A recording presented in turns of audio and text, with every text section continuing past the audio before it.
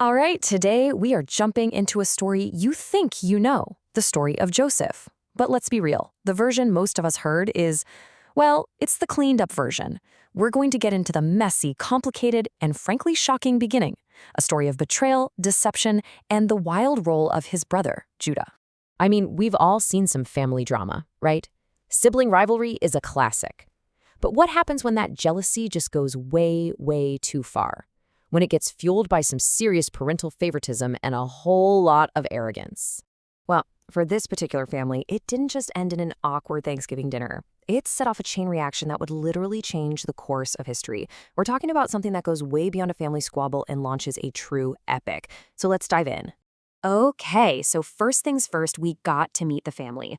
We're in the household of Jacob, and to call it dysfunctional would be a massive understatement. At the very heart of all the drama is a toxic, crippling favoritism that is just poisoning everybody. So Jacob the dad doesn't even try to hide it. He adores his son Joseph way more than his other 11 boys. And why? Because Joseph was born to his favorite wife, Rachel, when Jacob was already an old man.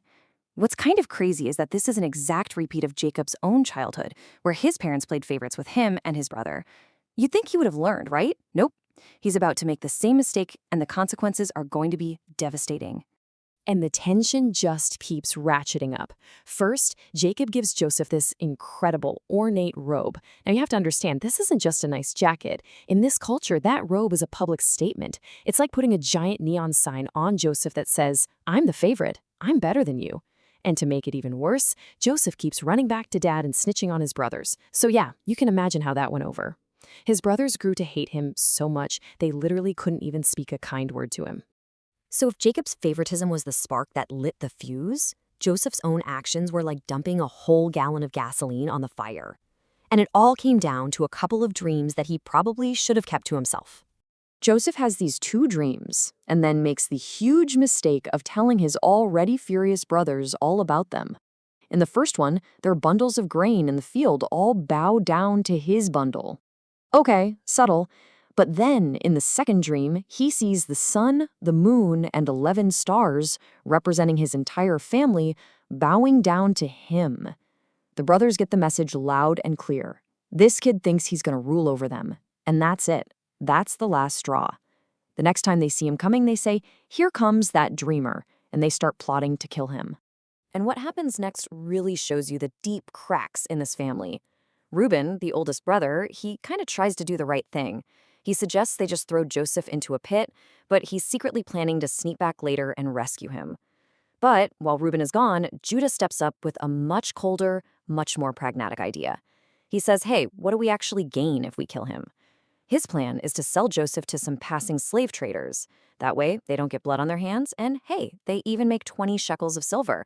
And this is where the story becomes just gut-wrenching tragic. The brothers take that fancy robe, the very symbol of the favoritism that started this whole mess. They kill a goat, and they soak the robe in its blood. Then they take it to their father, Jacob, as proof that a wild animal killed Joseph.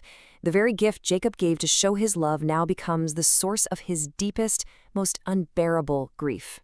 So right as Joseph is being dragged off to Egypt, the story takes this sharp left turn. The spotlight swings away from Joseph and zooms right in on Judah, the brother who came up with the idea to sell him. It feels like a total interruption, but what if it's actually the key to the whole story? You know, people have wondered for centuries why this chapter, Genesis 38, is right here. It seems so out of place. But one really compelling theory is that it's totally deliberate. It's a deep dive into the family's complete moral freefall, showing us just how far off the rails they've gone. And it puts Judah, the future leader, smack in the center of it all. Now, to get what happens next, we need a quick culture lesson on something called levirate marriage.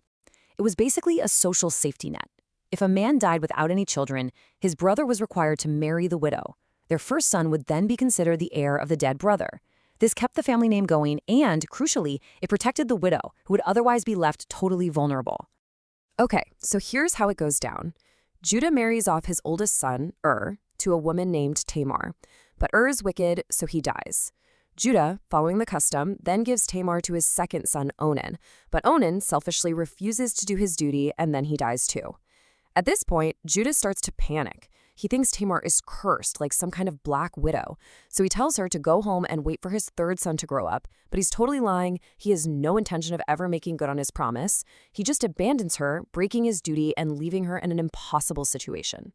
Tamar isn't dumb. She figures out she's been completely abandoned. So she takes matters into her own hands with this absolutely shocking plan. She disguises herself as a prostitute and waits on a road she knows her father-in-law, Judah, will be traveling. And sure enough, he propositions her. When he says he doesn't have payment on him, she cleverly asks for his personal seal and staff as a pledge. These items were like his signature and ID card, undeniable proof of who he was. The hypocrisy here is just staggering. 3 months later, someone tells Judah that his daughter-in-law Tamar is pregnant. Without a shred of self-awareness, Judah flies into a rage. As the patriarch of the family, he sentences her to be burned to death for her crime, a crime that he unknowingly committed right along with her. And this leads to the dramatic climax. As they're dragging Tamar out to be executed, she sends a message to Judah. She doesn't accuse him directly. She just says, "I am pregnant by the man who owns these," and she presents his seal and staff. And in that one moment, Judah is publicly shamed. He's forced to admit his own guilt and her rightness, saying, "She is more righteous than I." He understood that she was fighting for the family line that he had abandoned. So we have this incredible mess. The betrayal of Joseph, the corruption of Judah. How does any of this fit into a bigger picture? Well, as the story continues, it starts to reveal a very different, a very hidden way that God seems to work in the world. And this is a really fascinating shift. If you look at the earlier stories of Abraham and Jacob, God is always showing up, speaking directly, sending angels. It's very obvious. But here in the Joseph story, nothing. God is silent. His presence becomes hidden. Instead, he seems to work through things like interpreted dreams, through human choices, and through what looks like pure coincidence. The divine plan is still moving forward, just in a much more subtle, hidden way. So how should we see Joseph in all this? Is he a perfect saint? Some scholars think so, that he's a model of perfect faith. But there's another view that sees him as a much more realistic character. He starts out as an arrogant, kind of obnoxious kid who has to mature through years of suffering. And honestly, that version fits way better with the rest of his family tree. I mean, Abraham and Jacob were great men, but they were also deeply flawed. And this really gets us to the core theme of this whole saga. You have all these characters who are basically operating in the dark. They're driven by jealousy, greed, and deception. And yet, the story is telling us that a divine plan is somehow still pushing forward, not in spite of their terrible actions, but somehow through them. It's a powerful and pretty challenging idea that a grand purpose isn't stopped by our wickedness, but can mysteriously work right through it. Okay, so let's put all the pieces together. How do these dark, complicated, messy beginnings connect to an outcome that changes the entire world? When we step back, a few big ideas really pop. First, the heroes in this story are far from perfect. They are profoundly, realistically human.